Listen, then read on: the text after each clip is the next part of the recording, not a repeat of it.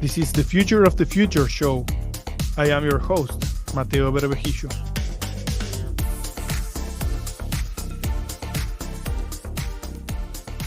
When you get to a certain age in life, you start wondering, what are the next decades going to look like? What am I going to be doing during this time? How can I make the most of it? We reflect more on what success is and what makes us happy. On this podcast, I get to interview a lot of people that I admire. Today's guest, Dan O'Sullivan, is no exception. Dan has an impressive career in sales. He is a passionate leader that cares deeply about the growth of his team. He knows his success is directly related to the success of his people. Dan is a surfer. He loves the ocean. Talk to him about waves and he won't stop smiling. He has surfed all over the world, but he has a special type of connection with the West African coast region, where he's working with the NGO Provide the Slide to help young people get into surfing and enjoy all the benefits and new perspectives in life that this sport provides. This is an episode about joy, giving, and surfing. This is the story of Dan O'Sullivan. Dan, thank you so much for being here.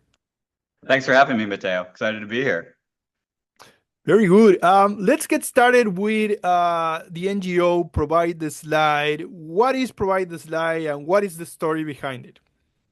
Sure. Yeah. So Provide the Slide is a Swiss-German NGO that collects used surfboards in primarily Europe and then sends them to different partner communities throughout West Africa. So I think to date, we've sent boards to 11 different countries. I think we've sent a total of 1,500 boards at this stage. Again, mostly coastal communities, and we tend to partner with organizations in those countries, usually NGOs, who are focused on using surfing as a mechanism for, either youth empowerment or educational opportunities.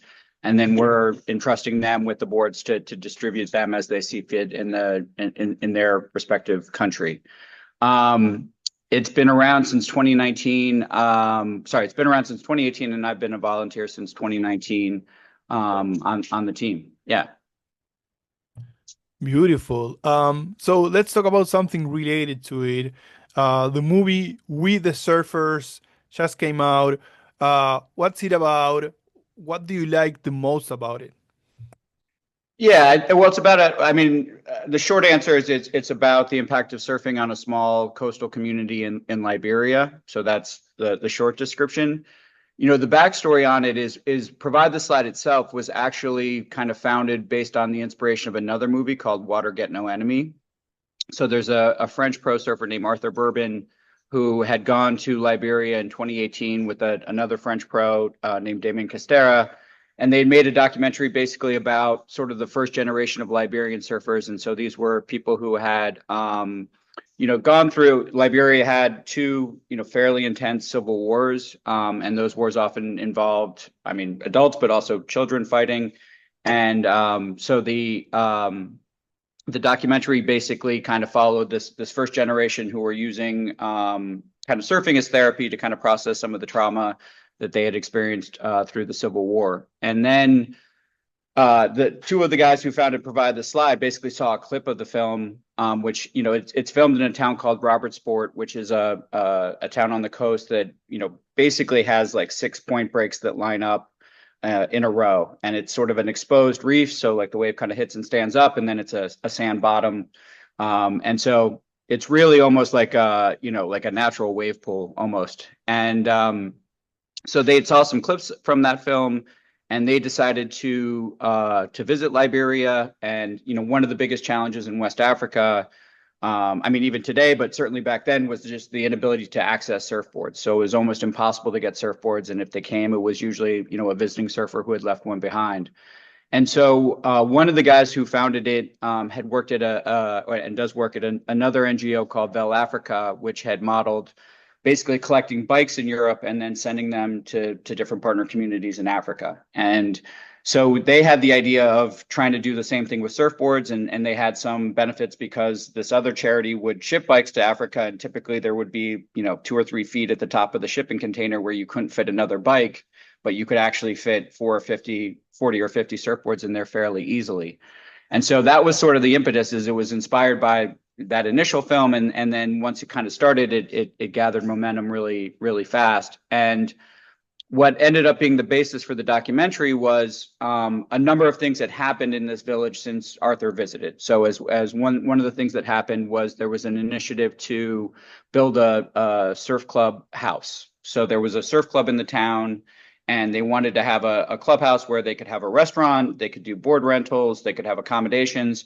So there was a project to fund that, and Provide the Slide was involved in that, and that got funded, and that surf club got built. Concurrently, we were able to kind of partner and bring in other NGOs. So there's a South African NGO called Surfers Not Street Children, which has a surf therapy program, and they were able to partner to bring therapists to train the members of the surf club, and a therapy program came out of that. The ISA, the International Surfing Association, now that surfing is in the Olympics, is involved in different development projects to, basically help countries that may want to compete in the future kind of get on the path. And so we were able to get the ISA to come down there and do training of the surf club on, how do you run a contest? How do you run surf lessons? How do you do these other things? And so, it's a long way of saying that, that kind of initial documentary spurred a number of other things that happened. And the documentary was sort of a mechanism to have Arthur go back to Robert Sport and sort of see what had changed and evolved since then, and kind of document that. And so it's almost like a sequel or a companion piece to Water Get No Enemy, of kind of what's happened in the ensuing 5 years. And not that everything's perfect or everything's going amazing, but you can sort of see how, at least in the case of this one village, surfing has had kind of a pretty significant impact on the people there. Now, how did you get involved with Provide the Slide? Have you been there in that surf club in Liberia? What's it like to be there? Yeah. So, I mean, my backstory is I had a friend of mine from university who he became a doctor, like an emergency room ER doctor. And he started splitting his time between the US, where he would work for 6 months, and then he would tend to go to either disaster zones or conflict zones to work as a volunteer doctor for 6 months. And he had ended up in Liberia after the Civil War. And at the time, there was basically in this part of Liberia, there was no doctors for 200 miles. So if you had any sort of issue, you basically have to travel, 200 miles over not very good roads to get to a hospital. And so he started a charity that would bring American doctors and nurses to Liberia called Cross Cultural Care. And he ended up, and I was a donor to that charity. So my wife and I supported that charity, and he had an opportunity where one of the doctors volunteering had secured a shipping container of medical supplies from Florida. And I'm originally from Florida, and he reached out to me and he said that, if you want to put some surfboards in there, we're going to have some space in the container. And so I worked with a couple of friends from high school to get, collect some boards there, and we put some in a shipping container. And then I happened to read an article in like a local Swiss surf magazine about these guys who were collecting boards to send them to the same location.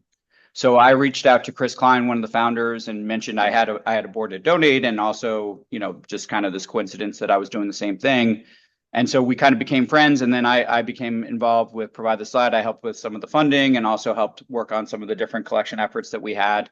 And then, I've had multiple opportunities to go to Liberia. So I've done 3 trips to date. I did a trip earlier this year with my daughter.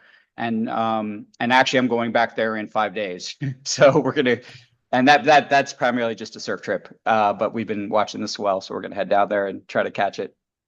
So that's a very, but yeah, that's the backstory. No, it's amazing. Are you going to the Robert Sport Surf Club? You're going to hit those points? Yeah, we're just gonna go down there for 5 days. Beautiful. Beautiful. I was just watching the movie and it's absolutely beautiful. So I'm happy that you get to enjoy that. How did you get into surfing and when? Yeah, so I started surfing when I was a kid. I probably started when I was about 12 or 13. And I grew up in South Florida, which is a notoriously terrible place for surf. You typically only get waves when there's like a tropical storm, so it's almost always very soupy, a lot of current, very poorly formed waves. But I surfed from when I was a kid from about 12 to 18.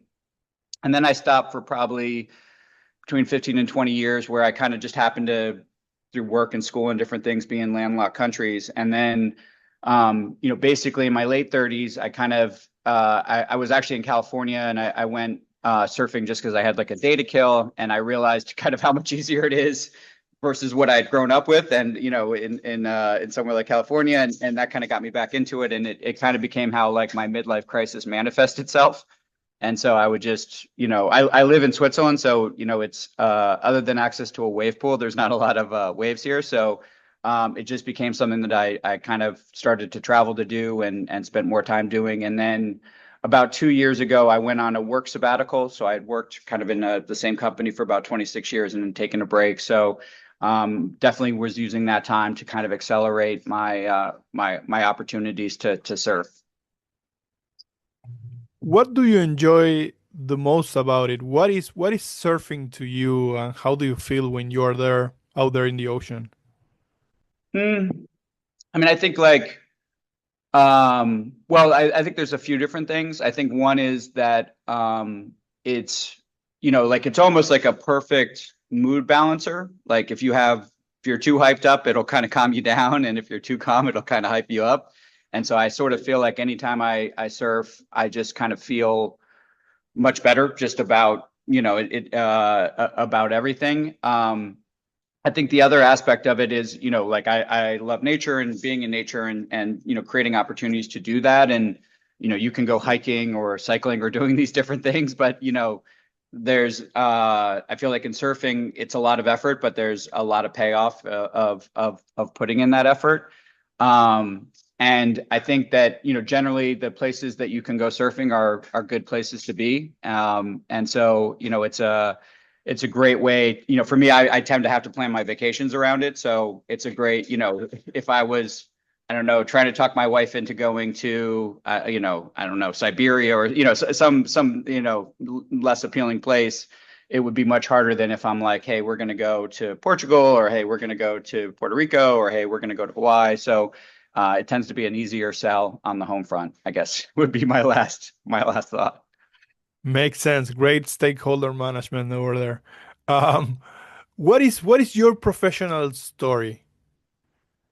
I mean, so try to keep it brief. I mean, my backstory is I've been in sales, I would say for close to 30 years. I worked through most of my career, I worked for the same company, which is a company called TransPerfect Translation. So it's a large software and basically a large localization translation company. It's actually the largest in the world. And I worked there from about 1997 when it was about a $5 million business. And then when I went on my sabbatical a couple of years ago, it was about a $1.3 billion business. So I sort of worked throughout that whole kind of growth cycle.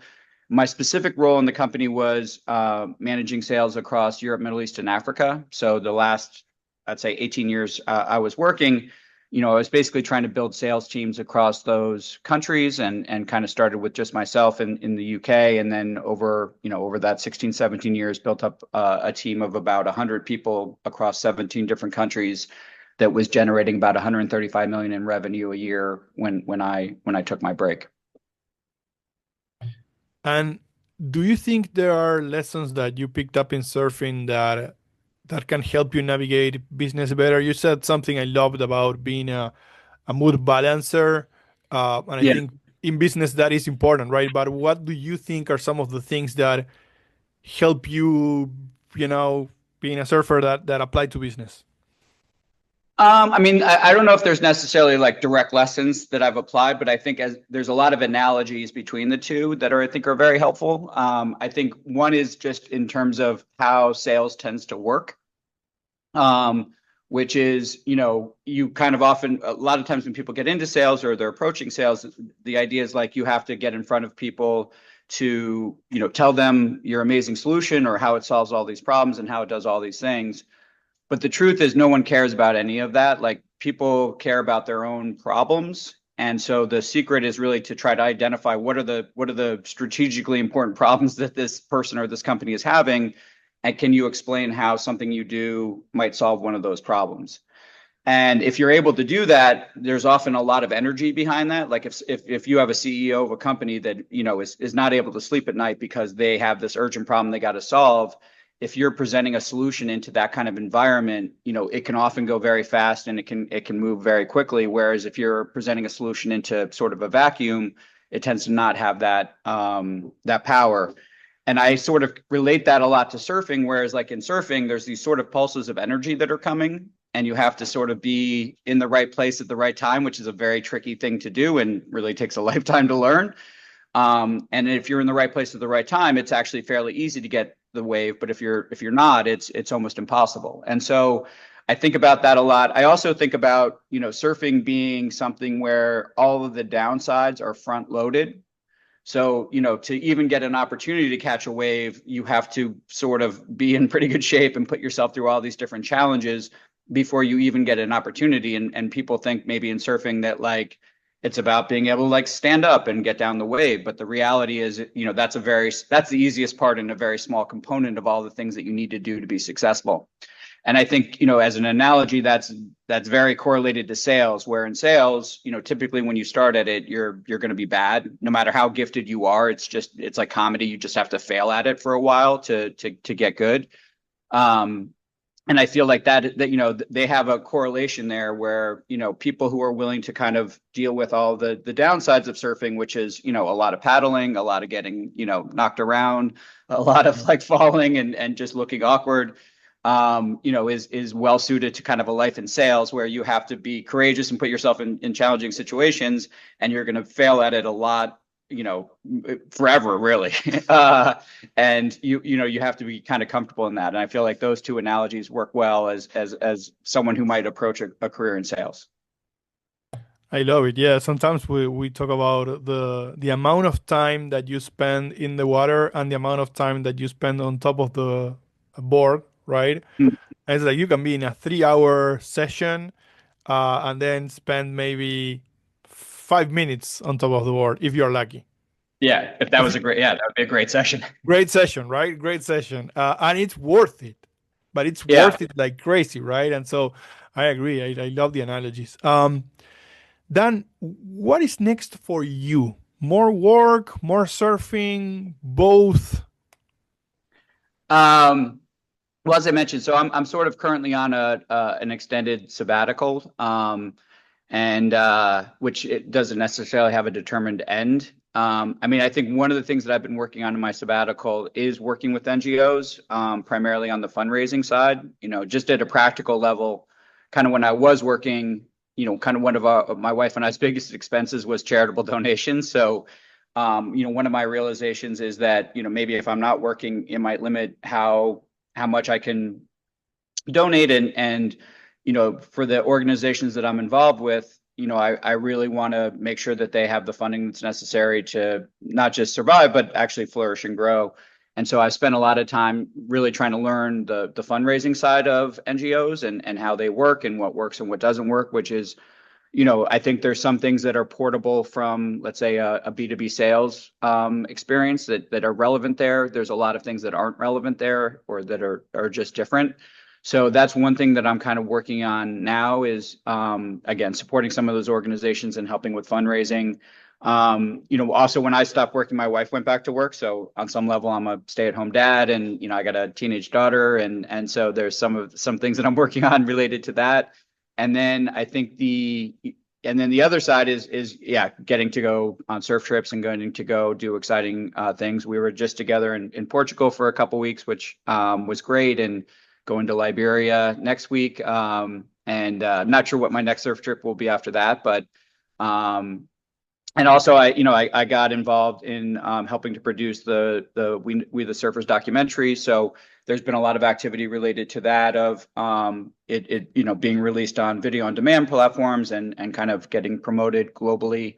And so I'm kind of interested in that and seeing how that works. You know, one of the ideas behind the documentary was as a mechanism to kind of raise awareness about, some of these regions and potentially bring in tourism. I mean, these are places, most places have too much surf tourism. I would say this is one of probably the few areas that has not enough surf tourism. And also, as a mechanism to provide funding to both provide the slide and the surf club and things like that. So part of it is also an experiment of seeing like what are mechanisms to raise awareness, what works well, what doesn't work well, what are the downsides you might not anticipate from doing that. So those are kind of the three areas that I'm spending my time on today, and then do some advisory work on the side with some startups and different things. So I don't have any current plans except to try to go surfing and try to support some of those NGOs more effectively. It's amazing. It's a lot of enjoyment, a lot of meaning into it. Let me get a little bit more philosophical. What is success to you, and do you feel successful? I mean, I feel super successful. I mean, I guess success for me, well, I would take a step back, which is like, I think about happiness a lot, or read a lot about it. And, from what I can kind of ascertain, 80% of it is really just like the quality of your relationships. So, I think I try to put a lot of time and effort into investing in relationships, whether that's, doing trips with friends, whether that's, spending time with my family, both my immediate family, as well as, I have a lot of nieces and nephews and brothers and extended family around the world. So, I would view myself as successful in the sense that I get to spend a lot of time with my family. And, I think that's success. I would view myself as successful in that I have an opportunity to travel and get to experience a lot of really interesting, kind of exciting places. I would view myself as successful in that I'm able to work and support some causes that I think are interesting to me. So that's kind of my definition of success, and I would say I feel successful in that regard. That said, I think the most important thing in life is, like, other than relationships, I guess, is being is always learning and always growing. So, like, trying to be in a situation where you're doing things that make you uncomfortable, or that you don't feel like you have the skills to do. And as I say, I've done some of that through the works I've done with the NGOs. I've done some of that through helping work on this documentary. All of those things, have allowed me to kind of, put myself in a situation where I didn't really know what I was doing, and learn. And I kind of feel like whenever I'm in that mindset, generally I'm doing the right thing. And anytime I feel like I totally understand this and I totally got this covered, tends to be the times when I mess up the most. And anytime when I feel like I have no possibility of making this work, tends to be the times when I do things that are really exceptional. So I try to stay in that kind of learner, mentality as much as possible. I love it. What is so someone is listening, right? And I admire the things that you have achieved, and the lifestyle that you have. To me, I agree 100% with you, and it's and all of that combines into a lifestyle, right? And I think you have a great lifestyle and full of people that love you and your family, and it shows that how much that matters to you. So that's amazing.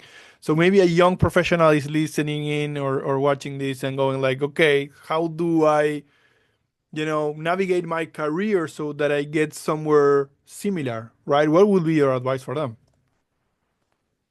Um, well, I think there would be a couple different things. I mean, one is, I now that I kind of am on a sabbatical, I get a lot of questions about, like, how do you go on a sabbatical? But I worked for 26 years really hard, 60 to 80 hours a week, to kind of get in that situation. That's not really an answer that anyone's looking for, but it's probably the truth. I would say that, some of the competitive advantages that I had were, like, I was not a good student and I academically never really achieved anything, but I like to read. And, that became kind of a big competitive advantage, throughout my career, and probably even more of a competitive advantage today, which is, I think people are really looking for, like, hacks on hacks on hacks on hacks. So they're just sort of like, I just want to understand how to do this in 20 seconds. Yep. But I think that there's a big difference between, like, there's different kinds of learning, and often you can understand intellectually that such a thing exists, but there's a big difference between understanding that intellectually this thing exists and having an ability to do that thing are dramatically different. Like, Yep. in the same way, to use a surfing analogy, John Florence could explain to you how he does a down carve. He goes and does a big bottom turn, and then he tries to get fully on the rail at the top, and then he really digs into the rail as he's coming around.